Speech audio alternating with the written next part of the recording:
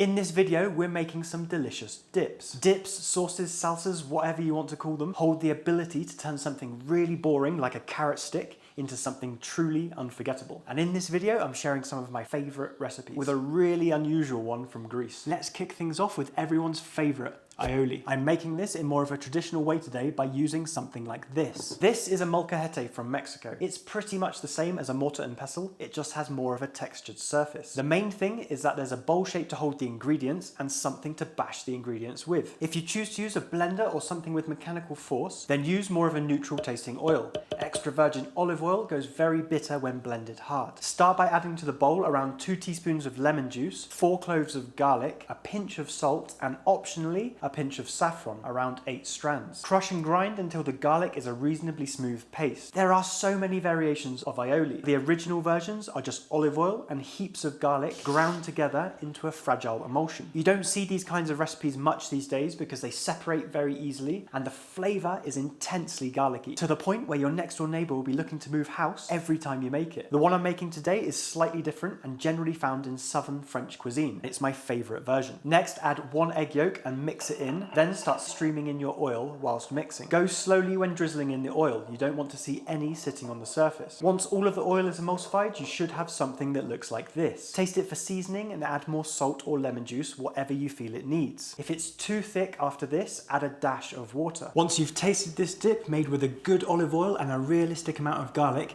it's really on another level.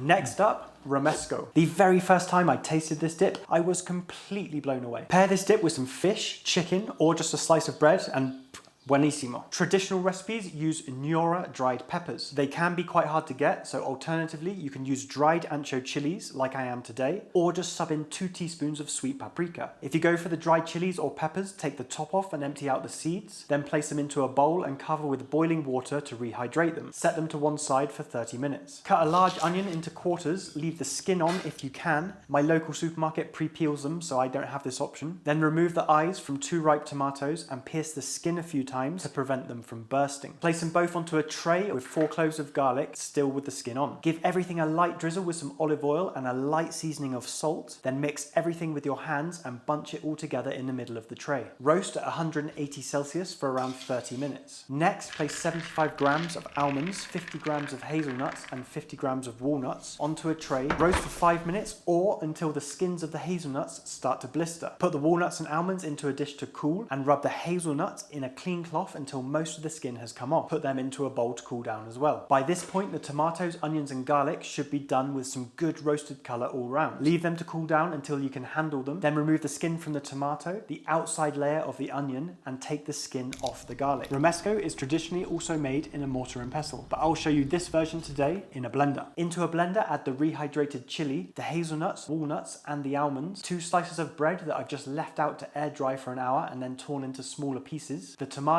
onion and roasted garlic, 20 ml or a small shot of sherry vinegar and a pinch of salt. Blend until you have a reasonably smooth consistency. Then add the olive oil and pulse it in. Don't blend that olive oil too much. It will go bitter and there's no saving that. Taste it for seasoning and adjust with salt and vinegar if needed. This dip is everything in one mouthful. It's perfectly balanced between sweet, sour and salty. I absolutely love it. It's a flavour like no other. The next one is one of those words that's traditionally butchered by English speaking people, like me. So here it goes. Skordalia. Greece, I'm sorry. This Skordalia has got a lot to give and it might just take the top spot. Start by peeling the potatoes and cut them into evenly sized pieces. I like to go quite small for this recipe. Place them into a pot, cover them with water and add a heavy pinch of salt. Place the pan onto a high heat, bring it up to a boil, then let it simmer. Whilst that's happening, into a high-sided container, add 3 cloves of garlic, 30 ml or 2 tablespoons of white wine vinegar, a good pinch of salt and about half that amount of cracked black pepper. Blend until there's no more visible chunks of garlic. Then add 120 milliliters or half a cup of extra virgin olive oil. The potatoes are ready when you can easily pierce them with a knife. Drain and leave them to steam dry for 5 minutes. After 5 minutes, give them a mash. I like to leave a few lumps of potato in there for texture rather than having a completely smooth mash. Give the garlic oil a quick stir and mix it into the mashed potato. Taste and season with salt and pepper if needed. Allow that to cool down for 10 minutes, then mix in some finely sliced spring onions, chopped parsley and dress the top with more olive oil. This is one of those things that's greater than the sum of its parts. It has a deep garlicky flavour without being overpowering and a nice tartness from the vinegar. I'm always looking for more ways to get flavour into food, and in this video I'll show you one of my favourite ways to do that.